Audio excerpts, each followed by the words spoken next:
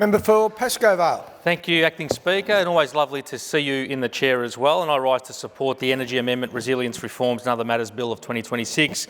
And this is a bill that builds on our ongoing work and ambition as a state Labor government to foster a strong, reliable, renewable, resilient and affordable energy network that keeps the lights on and supply flowing for all Victorians. And it's a bill that takes action to ensure our energy supply and infrastructure is strengthened, especially in the face of more extreme and volatile weather events. This summer has shown us the increasing impact that climate change is having on our lives and on our infrastructure. And in January alone, we've experienced widespread bushfires, and flash flood and record temperatures. These catastrophic conditions have impacted our electricity distribution network, the small poles and wires at street level, causing a higher than usual number of power outages, including in my community. Crews have been working around the clock in extreme conditions to repair the network during this time and restore power, and I thank and acknowledge every single one of them for that work. However, while we acknowledge the hard work of the crews on the ground, we must also acknowledge that the distribution businesses that own the poles and wires have not been prepared for the new reality of extreme weather driven by climate change. Acting Speaker, Victoria's electricity distribution network was privatised by the Liberal government in the 1990s and is now owned and operated by private companies with network expenditure approved on a 5-yearly basis by the Australian Energy Regulator. Along with selling off the SEC, it was the Liberals, the Kennett government, who privatised the electricity distribution network. And as climate change drives more extreme weather, like January's heatwave, the poles and wires that make up the distribution network are subject to damage. And for too long, many of these private energy distribution network operators have simply not been making the necessary investments to maintain strong, robust and resilient energy infrastructure. And that's why the Victorian Labor government has intervened to ensure that private businesses do spend more on increasing network resilience to help keep the power on. The events of this summer are just the latest in a series of extreme weather events that have led to widespread and prolonged power outages. In June and October 2021, Victoria experienced 2 extreme storms which caused unprecedented damage to our electricity network. The June 21 storm caused the largest electricity outage in the state's history. At its peak, there were nearly 250,000 households and businesses without power. The damage caused by the June storm was largely concentrated around the Dandenongs, and we heard the member for Monbulk talk to some extent on this, and required an almost total rebuild of the network in very difficult terrain and circumstances. Following the June 21 storm, the Minister for Energy initiated the Distribution Network Resilience Review, which led to an expert panel and sought recommendations on improving the resilience of the network and the response of extreme weather events. These recommendations centred around improvements to communication with critical infrastructure operators, enhanced public messaging to support community preparedness and faster support for power-dependent customers. The second phase of these changes was led by the expert panel and sought recommendations on improving the resilience of the network and the response to these extreme weather events. The panel made 8 core recommendations and 35 sub-recommendations, and we passed legislation, Electricity Outage Emergency Response and Other Matters Act of 2023, that allows the government to direct the power companies to provide information to the Victorian public and assist in the delivery of relief activities during and after electricity outage emergencies. However, this was soon surpassed by the number of outages caused by the storms in October of that same year.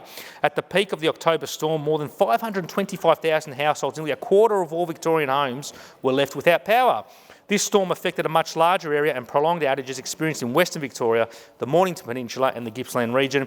A third storm on the 13th of February 2024 broke the record for the third time, with 531,000 homes losing power at the peak of the event. And following these catastrophic storms, the Minister initiated the Network Outage Review, again led by an expert panel. And key themes that came out of that included the need for better planning by the distribution businesses, the use of temporary generation in town centres, improving the performance of vulnerable feeder lines and updating customer communication tools.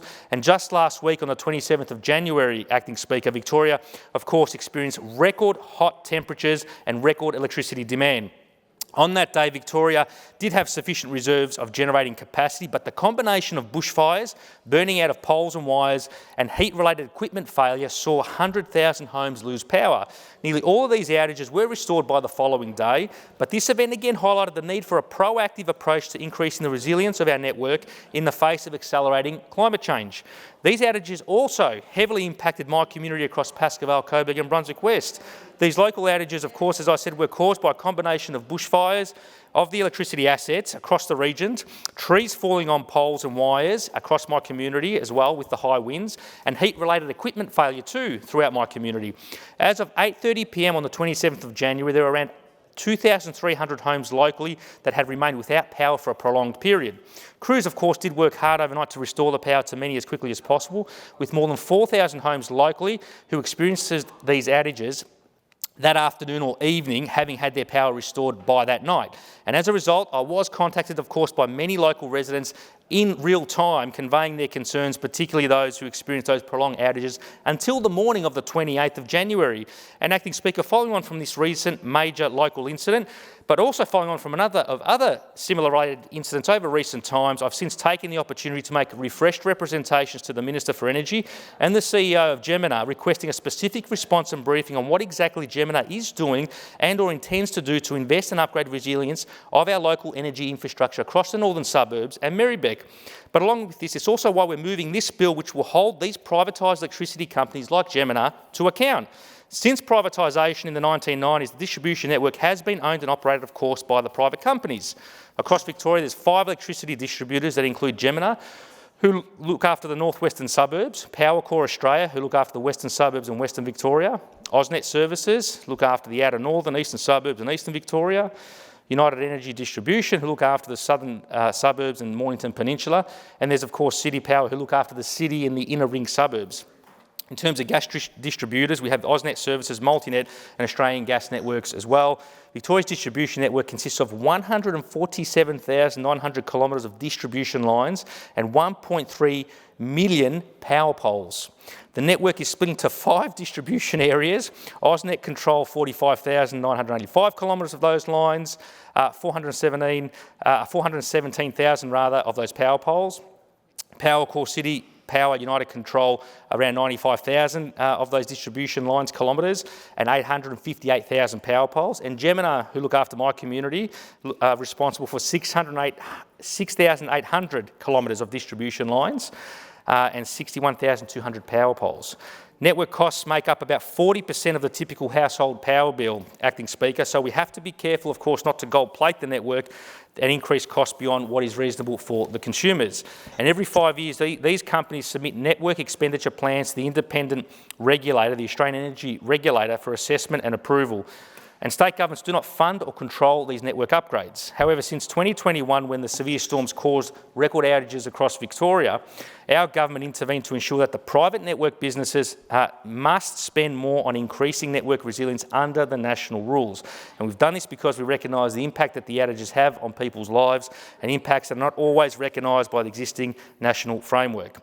But it's also why we're taking further action through this bill. And this bill's primary purpose is to obligate the electricity distribution network companies to publish network resilience plans to ensure investment in network upgrades that reduce power outages, and it will do this by amending the Electricity Safety Act of 1998 to provide new obligations for Victorian electricity distribution businesses to prepare resilience plans every 5 years and submit the resilience plans to the independent safety regulator, Energy Safe Victoria, to monitor and enforce compliance. This will increase Victorian electricity distribution businesses' accountability by ensuring resilience initiatives are visible and encourage Victorian distribution businesses to adopt a proactive network and community resilience strategy. And there's quite a number of other amendments throughout this bill as well. But of course, this is a bill that builds on our ongoing work to build, as I said, a sustainable, resilient, robust and renewable energy sector network. And it's all about our broader package of work. So we're bringing back the SEC. Public-owned power and clean energy is now powering public assets and institutions, our schools, our hospitals, our transport network and our football stadiums as well, Acting Speaker. 54 solar farms and rooftop solar accounted for 16% of our electricity. Wind farms contribute 24% of the state's power.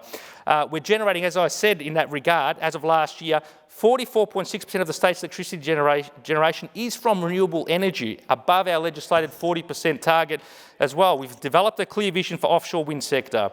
Renewable, despite what some on the other side may contest, renewables are keeping energy prices low. Victoria's average wholesale price is $78 per megawatt hour compared to $103 in New South Wales, $96 in Tasmania, $87 in South Australia and $85 in Queensland. And we're also supporting that with real action for people with the cost of living and the cost of energy through the $100 power saving bonus as well, the Energy Compare website, which saves people an average of $240 when they change providers, Solar Victoria rebates, the energy default offer, the energy assistance program, hot water rebates, the savings finder, and so much more.